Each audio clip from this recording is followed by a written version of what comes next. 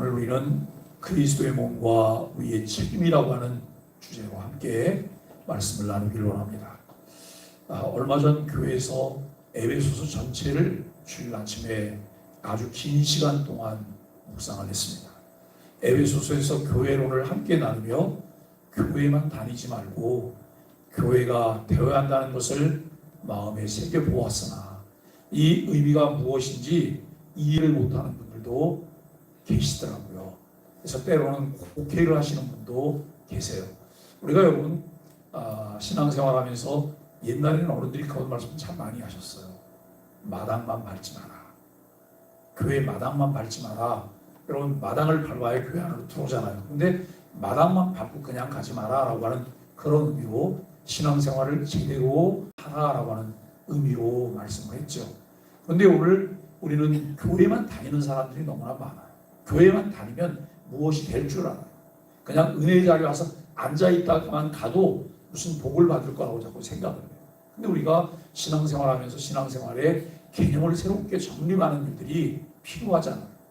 우리가 교회가 되었기 때문에 이제는 교회가 되는 삶을 살아야 된다라고 하는 그런 의미로 우리에게 말씀을 하고 있습니다. 우리가 여러분 37주년을 맞이하며 이번 주간에도 교회론의 한 부분을 함께 나누고 있습니다. 우리는 방주, 성전, 광야로부터 교회의 예표를 보았고 혈통과 믿음을 혈통을 넘어서 믿음으로 세워진 교회, 또 바른 신앙 고백과 교회의 권세인 천국 열쇠 위에 세워진 교회, 은과 금이 아닌 예수님의 이름의 능력이 있는 교회를 함께 묵상을 하면서 지난 4일을 우리가 함께 모였습니다. 마지막으로 우리가 붙잡아야 될 주제는 성숙에 관한 주제입니다. 교회는 단순히 생존하거나 존재하는데 머물지 않고 그리스도의 장성한 분량에까지 자라가야 한다라고 하는 것을 우리에게 말씀합니다. 교회 열린이 37년을 넘어서 이제 성숙을 향해 나아가야 한다라고 하는 말씀이기도 하죠. 지금까지의 역사는 주님의 손길이었고 많은 분들의 눈물과 기도와 헌신이 있었다는 거예요. 우리가 여러분 잘 성장하는 교회와 잘 성장하지 못하는 교회들이 있어요. 그런데 잘 성장하는 교회는 많은 수고가 있었고 잘 성장하지 못하는 교회는 많은 수고가 없었을까요? 아니에요. 성장하는 교회나 성장하지 않는 교회나 똑같은, 어쩌면 성장하지 않는 교회에 훨씬 더 마음고생이 많은 수고들이 있었다라고 하는 것을 우리는 생각을 해 보아야 할 것입니다. 그 안에 크고 작은 많은 일들이 있는데 여러분 거기에는 정말 눈물로 하나님 앞에 기도하는 기도가 있었고 수많은 사람들의 헌신들이 있었던 것을 우리는 알게 됩니다. 그럼에도 교회는 부족함과 약함이 곳곳에서 드러나죠. 교회는 끊임없이 자라가야 하는 유기체인 것을 알게 됩니다. 오늘 바울은 우리에게 이렇게 말을 해요. 이는 성도를 온전하게 하여 봉사의 일을 하게 하며 그리스도의 몸을 세우려 하심이라 라고 말씀하고 있습니다. 즉 교회는 성도 한 사람 한 사람을 세워 머리이신 그리스도 안에서 성숙해지도록 부름받았다는 거예요. 여러분 교회에 직임을 주시고 또 교회에 가르치며 말씀을 선포하는 목회자를 세우신 이유가 무엇일까요? 여기 성도를 온전케 하고 봉사의 일을 하게 하고 그리스도의 몸을 세우려고 하는 거예요. 그런데 이제 목회를 하다 보면 목사님들이 가지고 있는 생각과 교인들의 생각이 너무나 많이 차이가 있다고 하는 걸 보게 돼요. 이 목회자는 여러분 교우들에게 말씀을 선포하고 그들을 위해서 기도할 뿐만 아니라 그들을 위로하고 격려하는 일도 하죠. 동시에 무엇을 해야 되는 거예요? 제자로 자라가게 해야 되는 거예요. 이 말을 다른 말로 바꾸면 여러분 교인답게 만들어내는 거예요. 교인 구실을 하도록 사람 구실을 하도록 하는 것이죠. 그런데 교우들의 생각은 어디에 머물러 있냐면 위로받고 복받고 위로받고 복받고 여기에 머물러 있는 경우들이 참 많아요. 그럼 봉사가 특권이에요? 의무예요? 고역이에요? 봉사가 고역입니까? 의무입니까? 특권입니까? 특권이에요. 그런데 특권이라고 하는 생각을 안 해. 그러니까 봉사일이 늘 마음에 어때요? 부담이 되고 짐이 되고 힘이 들어요. 이것은 특권인 거예요. 우리가 여러분 헌금이 세금이에요? 아니면 강제징수예요? 아니면 하나님이 주신 선물이에요? 하나님이 주신 선물이며 은혜인 거예요. 그래서 우리는 늘 이렇게 기도하셔야 돼요. 하나님, 눈을 감고 살지 않게 하시고 눈을 뜨고 살게 해주세요. 왜냐하면 볼 수 있는 걸 봐야 되잖아요. 들을 수 있는 건 들어야 되잖아요. 그런데 우리가 다 눈 감고 살아요. 귀 막고 사는 거예요. 왜냐하면 눈 뜨고 보면 뭘 해야 되니까 깨닫게 해주시는 것이 은혜예요. 발견케 하시는 것이 은혜예요. 그런데 오랫동안 교회를 다녀도 아무것도 보이는 것도 들리는 것도 없어요. 내가 할 수 있는 게 아무것도 없는 거예요. 그저 나만을 위해서 나만 생각하면서 사는 거예요. 여러분 그게 아니고 한 걸음씩 성장해 가야 돼요. 성장해 가는 것을 볼 때 얼마나 마음 가운데 큰 기쁨이 있습니까? 오늘 여러분 우리가 37주년을 맞아 때를 따라 성장하고 성숙으로 나아가고 있는지 우리 자신을 살펴보는 일들이 필요하죠. 첫 번째로 함께 나눌 수 있는 주신 직분이에요. 성도를 세우려는 목적이다라고 하는 것이죠. 꽤 많은 사람들이 교회 생활하다가 이렇게 말해요. 나는 교회 깊이 관여 안 하려고 해. 교회 내용을 깊이 안 알고 싶어. 나는 교회 직분도 없이 다니고 싶어. 이런 생각들을 해요. 왜요? 너무 많이 됐거든요. 너무 많이 힘드셨어요. 왜냐하면 엉뚱한 것을 많이 강조를 했기 때문에 너무 힘들었던 거예요. 이 하나님께서 우리의 직분을 주시고 직임을 맡겨주신 것은 우리의 성숙도를 따라서 내가 감당해야 될 사명이기 때문이에요. 사명이기 때문에. 근데 그 사명을 감당할 때 사명이 때로는 짐이 되잖아요. 무겁기는 하잖아요. 그러나 마음에 뭐가 있어야 돼요? 강물같이 흐르는 은혜와 평강이 있어야 되는 거예요. 그 기쁨이 없으면 여러분 어떻게 그 일을 내겠어요? 끊임없이 하나님이 내게 주신 은혜가 넘쳐나서 여러분 그 일을 감당해야 함에도 기쁨이 있고 즐거움이 있는 거예요. 오늘 하나님께서 교회에 직분을 주신 이유가 무엇일까? 또 어떤 분들은 혹자는 이렇게 얘기하더라고요. 집사 땄어 그래요. 뭐 고수도 치셨나? 네? 집사 땄어. 나는 뭐 권사 땄어. 장로 땄어. 우리가 여러분 늘 하나님의 은혜를 사모하셔야 돼요. 주님께 쓰임받는 일을 해서 우리가 사모하셔야 돼요. 그런데 이 직분이라고 하는 것은 절대 계급이 아니라는 거예요. 우리가 수평적인 동등한 관계 속에서 주어진 역할을 감당하고 그리스도의 몸을 세우는 거예요. 서로 존중하는 일이 필요해요. 그리고 배려하고 우리가 여러분 서로 사랑하는 일들이 필요하죠. 바울은 사도, 선지자, 복음 전하는 자, 목사와 교사라고 하는 직분을 언급하고 있습니다. 오늘 여러분 이 직분을 이제 언급하면서 이 직분들의 목적이 명확한 거예요. 직분의 목적이 뭐냐면 성도를 온전하게 하는 것, 그리스도의 몸을 세우는 것. 여러분 그렇게 믿으세요? 내가 교회에서 집사가 됐어. 교회에서 내가 권사가 됐어. 교회에서 장로가 됐어. 교회에서 내가 여러분 목사가 됐어. 이 목적이 무엇이라고요? 여기 분명하게 성도를 온전하게 하여 그리스도의 몸을 세우는 거예요. 인정하고 존중하고 배려하고 사랑하는 것. 이것을 통해서 교회는 세워진다라고 하는 것을 알게 됩니다. 성도를 세우며 교회를 세우기 위해 세우신 직분은 특권이 아니라 우리에게 주어진 사명입니다. 리처드 코린이라고 하는 분이 계세요. 목사님이신데요. 이분이 에베소서 주석에서 이렇게 말을 하고 있어요.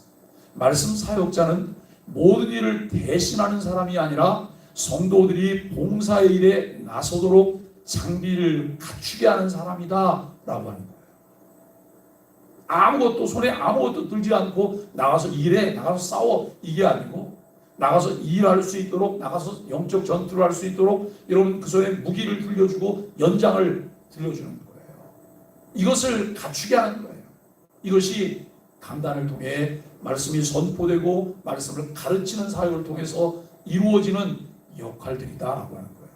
우리가 교회 생활 가운데 여러분 예배하며 말씀을 나누고 또 말씀을 함께 이 말씀을 통해 교제할 때 그 초점이 어디에 가 있어야 될 것이냐라고 하는 거예요. 성장하게 하는 거예요. 그리스도의 몸을 세우는 거예요. 온전한 그리스도의 몸으로 우리가 세워져가는 이 일에 초점이 맞춰져야 된다는 것이죠. 교회는 관객을 키우는 극장이 아니에요. 일꾼을 세우는 훈련소입니다. 예배를 보러 간다. 그랬더니 어떤 목사님이 이렇게 예배를 본다고? 뒤에 앉아서 앞사람 뒤통수만 본다고? 여러분 이렇게 우스갯소리를 말씀하시는 것 같아요. 예배는 하는 것이고 예배는 드리는 것이죠. 누구에게요? 하나님께. 그래서 예배에 우리가 여러분 대중이 함께 모여서 예배를 하지만 예배 속에 늘 우리에게 이런 마음이 있어야 돼요. 세상과 나는 관계없고 구속한 주만 내게 보이게 해주세요. 구속한 주를 통해서 하나님의 음성이 내게 들려지게 해주세요. 이 은혜를 사모하며 나아가는 일이 필요해요.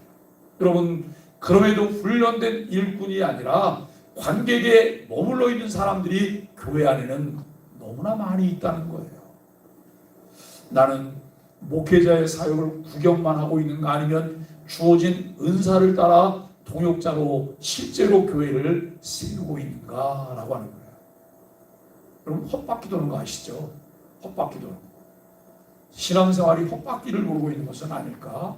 아니면 기아가 잘 맞물려져서 여러분 모든 것들이 잘 원활하게 돌아가도록 도울 뿐만 아니라 그 일에 함께 참여해서 동역자로 우리가 살고 있는가라고 하는 거예요. 우리가 함께 그리스도 안에서 동역자가 될 수 있게 되기를 바랍니다. 내게 주신 재능과 시간은 교회를 섬기는 통로가 되고 있는가라고 하는 거예요. 내가 큰 은사가 아닐 수도 있어요.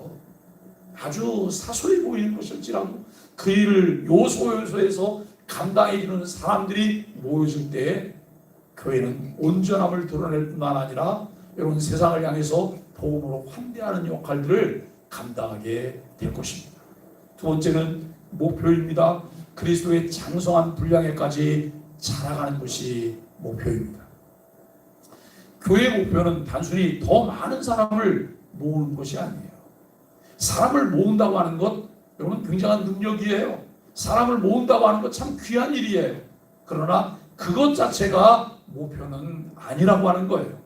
그리스도의 장성한 분량에까지 자라가며 그리스도의 제자가 되게 하는 것이다 라고 하는 거예요. 여러분 나는 어떨까요? 나는 그리스도의 장성한 분량에까지 날마다 자라가고 있나요? 또 나는 예수님의 좋은 군사와 그리스도의 제자로서 내가 성장하고 있는가 하는 것을 우리가 살펴보아야 할 것입니다. 바울은 이렇게 말합니다. 우리가 다 하나님의 아들을 믿는 것과 아는 일에 하나가 돼요.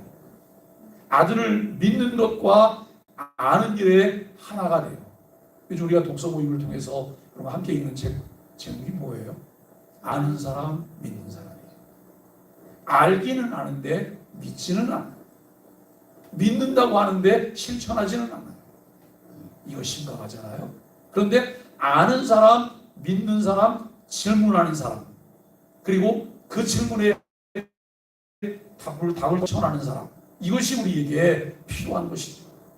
여기 여러분 하나님의 아들을 믿는 것과 아는 일에 하나가 되어서 온전한 사람을 이루어 그리스도의 장성한 분량이 충만한 데까지 이르라라고 말씀하고 있습니다. 성숙하지 못한 교회는 어린아이와 같습니다. 어린아이와 같다는 것은 단단한 식물을 먹을 수 없고 스스로 무엇을 분별하거나 판단할 수 없고 다른 사람의 도움의 손길이 많이 필요한, 다른 사람에게 도움을 주기보다는 도움의 손길이 많이 필요한 그런 상황인 것을 알게 되죠.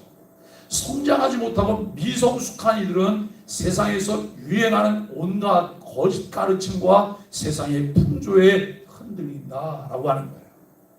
요즘은 우리가 홍수 시대라 그래요. 말씀 홍수 시대다, 기독교 홍수 시대다라고 말해요. 그런데 정작 여러분 우리 한국 기독교는 지금 쇠퇴기에 접어들었잖아요. 심각할 정도로 이 벼랑으로 떨어지고 있는 그런 상황인 것을 알게 돼요.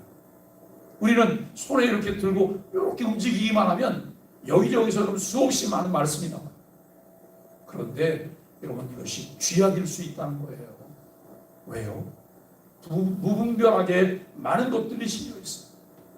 그저 귀에 달콤한 것들을 통해서 나를 유혹하고 끌어들이고 나를 거기에 빠져들게 하는 이 모습을 보게 돼요. 어제도 통장님 이렇게 앉아서 이야기를 하는데 무슨 얘기를 하냐면 그 신천지나 이단 사이에 빠지는 사람들을 이해할 수가 없다는 거예요. 교회 안 다니는 사람들 얘기해요. 예? 가서 보면 빤히 다 보이는데 왜 거기 빠져가고 거기서 그렇게 있는지 모르겠다. 근데 여러분 이 사람들이 그렇게 아무것도 모르고 빠질 정도로 허우적거리게 하도록 하지는 않아요. 예? 그들이 단계적으로 굉장히 전략적이라는 거예요. 그런데 정작 진리를 가지고 있는 참된 교회는 전략적이지 않아요. 제가 이단 사입 대책위원장을 하면서 여러분 이단 사입에 관한 일들을 굉장히 오랫동안 관계에서 일을 하고 있잖아요. 얼마나 치밀한지 몰라요. 그런데요, 하나님의 은혜는 놀랍게 나타나요. 그렇게 치밀하고 비밀스럽게 했는데 꼭 이 사람들이 뭔가를 흘려요. 결정적인 순간에 뭔가를 흘려갖고 그 단서가 다 드러나게 돼 있는 거예요. 제가 그걸 보면서 와, 이게 참 이렇게 전략적으로 하는데 이걸 흘린다고? 그래서 이걸 발견하게 된다고? 우리가 여러분 그런 면을 보게 되는 거예요. 우리는 오늘도 우리에게 필요한 것이 무엇이냐면 잘 지도를 받는 거예요. 교회를 통해서 참인지 가짜인지를 분별하는 거예요. 옛날에는 여러분 교회가 그런 얘기 많이 했어요. 기도원이나 기도 모임이나 성경 공부 모임 함부로 가지 마세요. 꼭 교회에다가 알리고 어떤 모임에 가도 되냐고 묻고 가세요라고 하는 말을 했어요. 요즘은 교회가 기도원 아무데나 가라는 얘기 안 하죠? 왜 안 해요? 기도를 안 가니까. 기도원을 안 가니까. 요즘 젊은 교육자는 아예 기도원을 몰라요. 기도원을 하라면 기도원이요? 이렇게 얘기를 해요. 그런 정도로 많이 달라진 거예요. 그런데 여전히 교회 밖의 모임에 대해서는 경계하라는 이야기를 수없이 많이 해요. 경계하라고 하는데도 가요. 근데 그 모임에 가면 뭐라고 말하냐면 절대 교회 목회자에게나 다른 사람들에게 이 모임에 왔다는 얘기를 하면 안 되고 이 모임에 대해서 이야기해서도 안 된다고. 마치 그걸 얘기하면 여러분 신뢰감이 떨어지거나 부정타거나 그런 느낌으로 사람을 유혹해요. 근데 여기에 그냥 흡수되는 거예요. 그런데 여러분 이 일에 대한 개념이 정리된 사람들은요, 딱 몇 마디만 섞어와도 그리고 어느 장소를 가서 보기만 해도 이상하잖아. 이거 뭐 아니야? 이런 마음을 갖게 되는 거예요. 우리는 어떠신가요? 척하면 압니다. 여러분 그런 정도인가요? 정말 그 사람들이 뭔가를 하는 것을 보면 다르잖아요. 다른 것들을 우리가 잘 분별해내는 일이 필요해요. 그래서 온갖 세상의 그런 거짓 가르침과 세상의 풍조에 흔들리는 미성숙한 이들을 우리가 볼 수 있다는 거죠. 그러나 성숙한 교회와 성도는 복음 위에 뿌리를 견고하게 내리기 때문에 흔들리지 않는다는 거예요. 팀 켈러 목사님, 이분도 얼마 전에 암으로 하나님의 나라 가셨어요. 근데 그분 그 임종하기 직전의 그 모습들이 얼마나 아름다운지, 이분이 평상시에 그 증거가 있던 말씀들을 그 임종을 맞이하면서 이분이 그걸 다 이렇게 증명해내시는 이 모습들이 더 은혜가 됐어요. 이 목사님이 복음이 한 사람의 마음을 변화시키면 그가 공동체 속에서 사랑 안에서 진리를 말하는 훈련을 시작한다. 그것이 교회를 전체적으로 성숙하게 한다라고 말을 해요.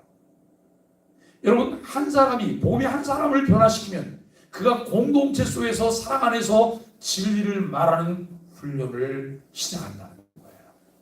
우리는 너도 나도 미성숙함에서 성숙함으로, 어린아이에서 여러분 어른으로, 그저 이 참 그 단단한 식물을 먹지 못하던 자리에서 단단한 식물을 먹게 되는 자리, 나 중심으로 나만 생각하던 사람이 다른 사람들을 바라보며 다른 사람들을 생각하는 자리로 나아가는 일들이 우리에게 필요해요. 결국 성숙은 공동체적으로 자라가는 것이다 라고 하는 거예요. 공동체적으로 자라가는 것이다. 나는 신앙에서 아직 어린아이처럼 요동치고 있지 않은가, 우리를 돌아봐야 되겠죠. 우리 교회는 세상의 사상과 문화에 흔들리지 않고 복음에 굳게 서 있는가? 이 말이 세상과 담을 쌓으라는 얘기일까요? 우리는 세상 속에 살고 있어요. 교회가 절처럼 산에 있지 않고 동네에 있는 이유가 무엇일까요? 동화한 거예요. 그런데 세상 속에 살지만 세상에 동화되어서는 안 돼요. 잘 분별하고 우리가 세상을 향해서 줄 수 있는 것, 나눌 수 있는 것, 그들과 늘 사귐 속에서 여러분 복음의 영향력을 가지고 하나님을 보일 수 있는 이런 일들이 우리에게 필요합니다. 세 번째는 성장의 방식입니다. 사랑 안에서 참된 것을 하도록 말씀하고 있습니다. 바울은 성장을 이렇게 설명합니다. 오직 사랑 안에서 참된 것을 하여 범사에 그에게까지 자랄지라 그는 머리니 곧 그리스도라 라고 하는 거예요. 정말 우리에게 필요한 것이 뭐냐면 예수님 닮는 것, 예수님에게까지 자라가는 것, 예수님의 성품, 인격과 그분의 사역 방법을 배워서 우리가 그렇게 하는 것입니다. 교회 성장은 단순히 지식 축적이 아니에요. 안다고 하는 것은 너무나 중요해요. 우리가 하나님 말씀을 듣고 안다고 하는 것은 중요해요. 그런데 그 아는 목적이 무엇일까요? 사랑 안에서 진리를 실천해 내기 위한 거죠. 그 말씀대로 살아내기 위해서 기도하는 거예요. 하나님, 끊임없이 말씀을 사모하며 말씀을 알아가게 해주세요. 그리고 알고 난 말씀과 함께 언행이 일치가 되게 해주세요. 이 일이 우리가 사모해야 될 부분이잖아요. 그래서 교회 안에 여러분 머물러 있고 교회 안에 신앙생활하다 보면 어느 정도 세월이 지나면 그에게서 변화된 모습이 드러나는 거예요. 용광로가 이런 쇠를 녹이려고 정말 그 수천도에 이 열을 가하고 있어요. 그런데 여러분 들어가서 녹지 않고 그냥 그대로 버티고 있는 거예요. 그러면 그걸 뭐에 쓰겠어요? 녹아야지만 쓰게 되네. 녹아야지만. 우리가 하나님의 은혜 안에서 말씀 안에서 우리가 녹아나고 변화되는 삶이 이루어지면 하나님 쓰시기에 합당한 그릇이 될 수가 있습니다. 그리스도를 머리로 삼아 각 지체가 연결될 때 교회는 온전히 자라나게 되죠. 리처드 코기는 머리이신 그리스도께 붙어 있을 때에만 몸이 자란다. 각 지체가 자기 분량대로 섬길 때 교회는 건강해진다라고 하는 거예요. 여러분, 예수 그리스도가 이 머리가 되신다고 해요. 우리는 그 몸의 각 지체들이에요. 각기 여러분 다른 모양을 가지고 있지만 각 지체는 그 지체들의 고유의 역할들이 있어요. 그 역할들을 붙어서 건강하게 잘 감당할 때 교회는 건강한 교회로 세워질 수 있다라고 하는 거예요. 내가 건강해지지 않으면 내 교회는, 우리 교회는 건강한 교회일 수 없어요. 다른 사람을 보기 전에, 다른 사람에게 지적질하기 전에 나를 먼저 돌아보고 내가 먼저 세워지면 다른 사람을 보는 눈도 달라지게 될 거예요.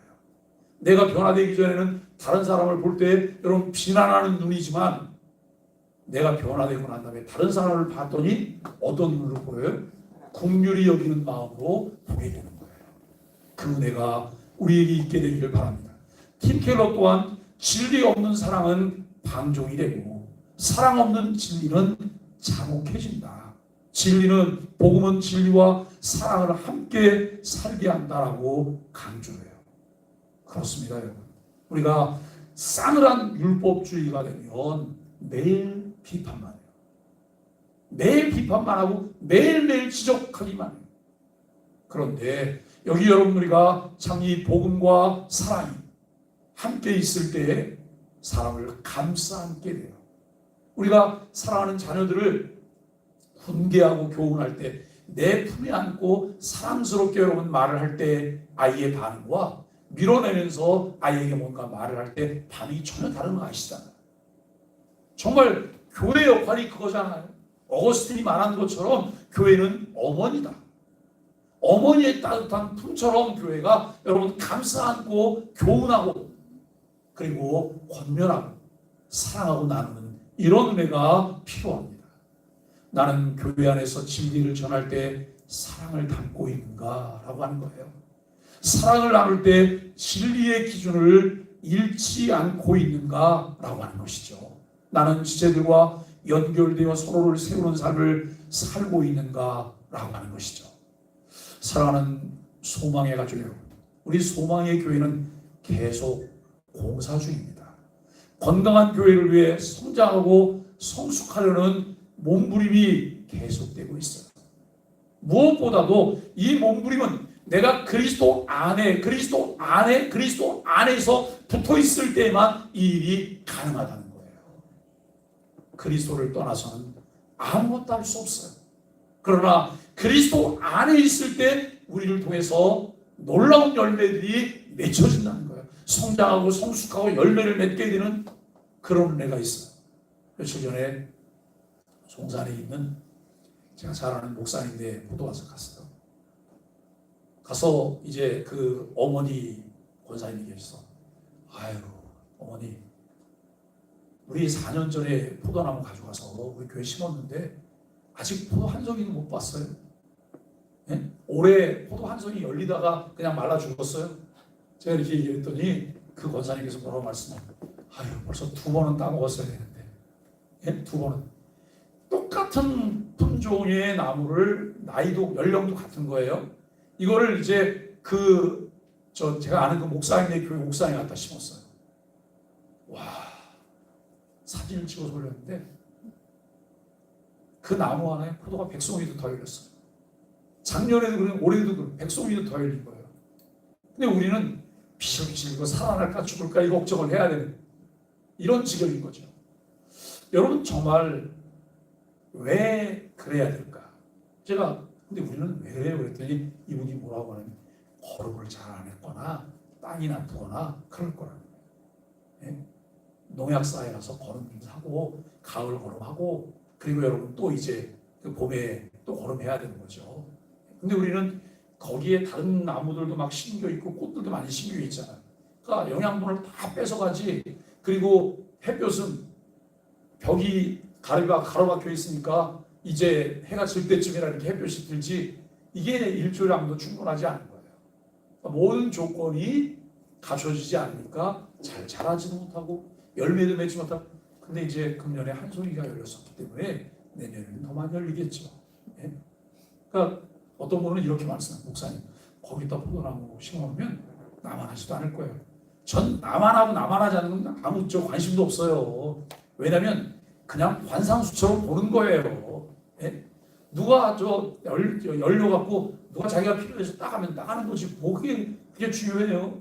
우리 교회 옆에 보면 앵두나무도 하나 있잖아요. 앵두 굉장히 많이 열리는데 우리는 앵두 손도 못 대볼 정도로 누가 이렇게 따서 드시고 괜찮아요. 예?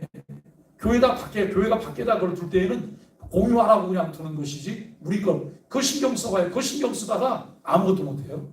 그냥 넉넉한 마음으로 가져가랍니다. 가져가다 보면 그 사람이 안에 들어가 있겠죠. 예? 가져가다 보면 어느 날 그 사람이 여기다 갖다 놓는 것도 있을 거예요. 우리 노예 교회 한 교회는 교회 앞에다 자꾸 누가 화분을 갖다 놓는데요. 그래서 이 목사님이 아주 불편하게 생각해요. 목사님 내가 보니까 좋기만 하고만. 근데 이분은 뭐가 문제냐면 갖다 놓을 땐 좀 이야기 좀 하고 갖다 놓으면 안 되냐는 거예요. 예? 이야기하고 그냥 갖다 놓으면 좋은데 그냥 갖다 놓으면 되는 거예요.